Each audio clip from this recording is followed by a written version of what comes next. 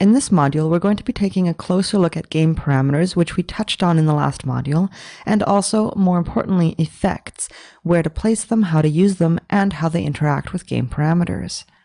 For this purpose, let's start by creating a new work unit, and we'll call it in-game items. Inside this work unit, we're going to start by creating an interactive radio, which is to say a radio where the player can choose to dial between stations. So first of all, we're going to want something that can play on the radio. I have for this purpose a walking tune loop and a Latin beat loop. Let's take those and throw them into our work unit. Of course, we're going to want these to loop. And these assets are set up so that they will loop seamlessly. But of course, on their own, they are just naked audio assets. We don't want that. So let's pop them inside parent blend containers.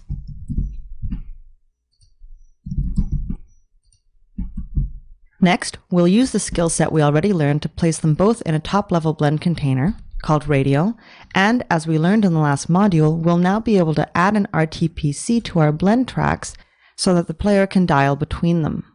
We'll need a game sync for that. So let's create a new game parameter called radio. Pop back over to our blend container and select that parameter now. Next, of course, we're going to want to populate that blend track with our two radio stations. And now we can make sure to fade between them. If we were to hit play now,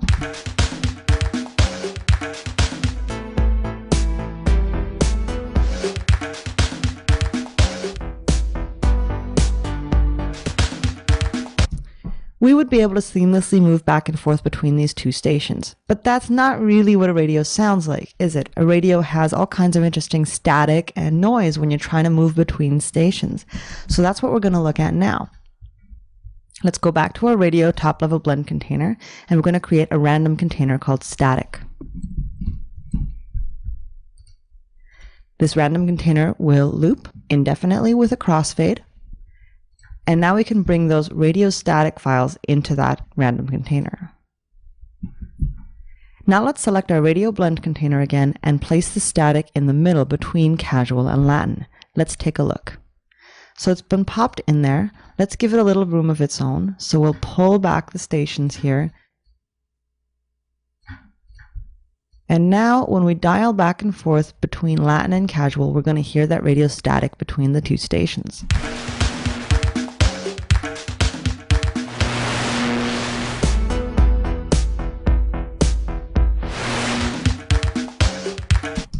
Already sounding a lot more like a radio. And this is where effects come in, because even though we have the feeling of a radio as we dial between these two stations, it doesn't sound like a radio. So for that, we want to select the top-level blend container and move over to the Effects tab. And this is where we can start shaping the sound of this radio.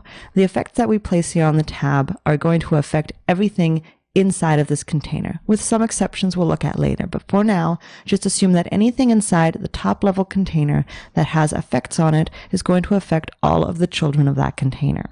So what kind of effect do we want to place on this blend container to make this sound like a radio?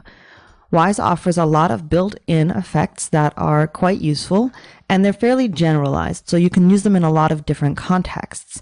We don't have any FUTS-specific plugins. FUTS is a type of effect that allows you to mimic the sound of coming through of various types of speakers.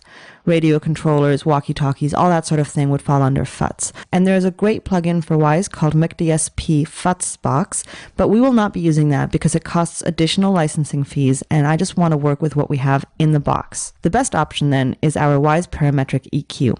You can see in bandpass filters, there is a dual filters radio comm, radio communications, and we're going to use that.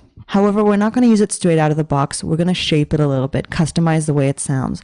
So select the three dots under Edit, and this window will pop up that will allow us to shape that sound. Let's just reduce it in size a little bit so we have access to the transport, and we can start playing the radio.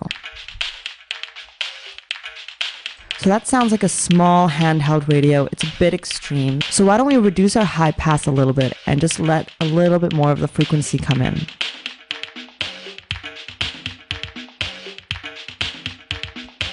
Maybe like that. We want the speakers a little bit larger, so we'll reduce our peaking.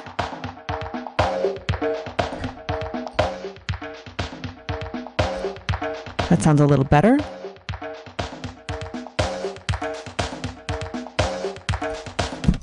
So let's go with that. That sounds approximately like a medium-sized handheld radio.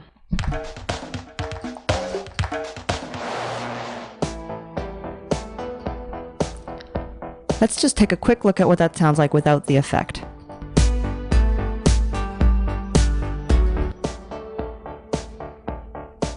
Perfect.